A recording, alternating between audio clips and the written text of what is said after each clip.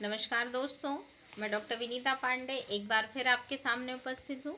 और आज हम बात कर रहे हैं आपकी योग शिक्षा की, जिसमें ये कहा जाता है कि महर्षि पतंजलि जो है उन्हें योग का प्रणेता कहा जाता है। तो आपके जो कोर्स में महर्षि पतंजलि के समय और पतंजलि के पश्चात योग का क्या विकास हुआ, इसकी आपकी एक यूनिट दी हुई है। तो आज हम उसी पर बात करने वाले हैं। तो सबसे पहले हम ये जानेंगे कि महर्षि पतंजलि कौन है और उनका जो जीवन परिचय है वो क्या है, क्योंकि नॉर्मली ये आपको परीक्षा में पूछा जाता है।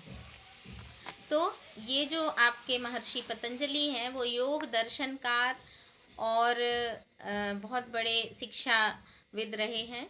तो पतंजलि नाम के पीछे भी एक बहुत बड़ी कथा है कि प्रातःकाल सूर्योदय के समय इनके पिता जो थे वो ध्यान साधना के पश्चात सूर्य देव को अर्घ्य दे रहे थे। तो उसी समय अर्घ्य दान करने के दौरान दिव्य रूप में अपने पिता की अंजलि से गिरने के कारण इनका पतंजलि नाम पड़ गया था, क्योंकि ये उस समय अब उनकी अंजलि में आ गए थे।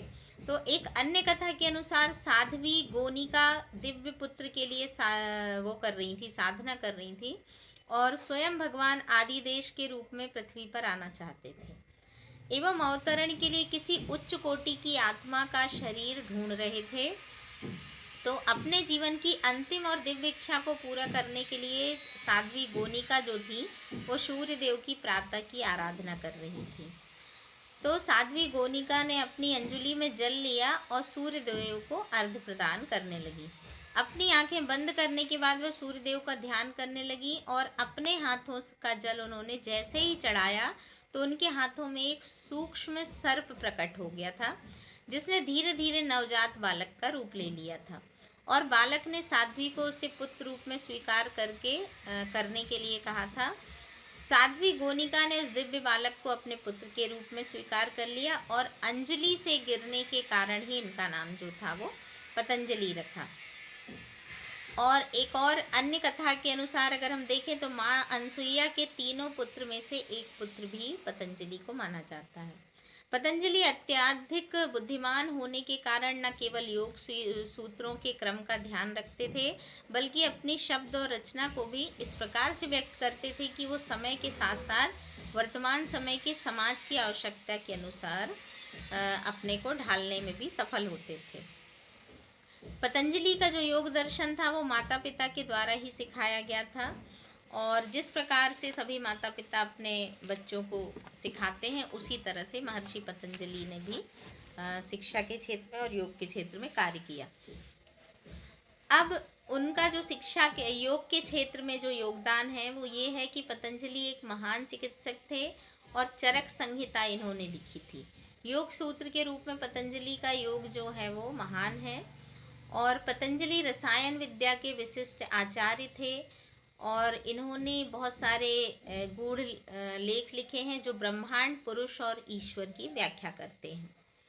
मानवता के प्रति दिव्य परोपकार से अपनी बुद्धिमत्ता की मोतियों की कला और विज्ञान दर्शन के रूप में उन्होंने एक प्रवाह के समान सूत्रबद्ध किया है। और शरीर, मन और बाह्य इंद्रियों पर पूर्ण नियंत्रण कैसे किया जाता है ये इन्होंने अपनी लेखनी से लिखा है।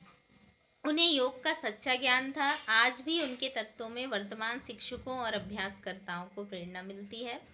और योग दर्शन जो है वो जीवन का अत्यंत व्यवहारिक मार्ग था, लेकिन पतंजलि ने इसकी रचना की और शारीरिक विज्ञान जो शुरू से पढ़ाया जाता था उसमें बहुत सारी चीज़ों का आविर्भाव किया और जोड़ा, नई चीज़ों को का आविष्कार किया और योग के नियम और नियम जो थे उसको पूरी संपूर्ण दुनिया तक पहुंचाया।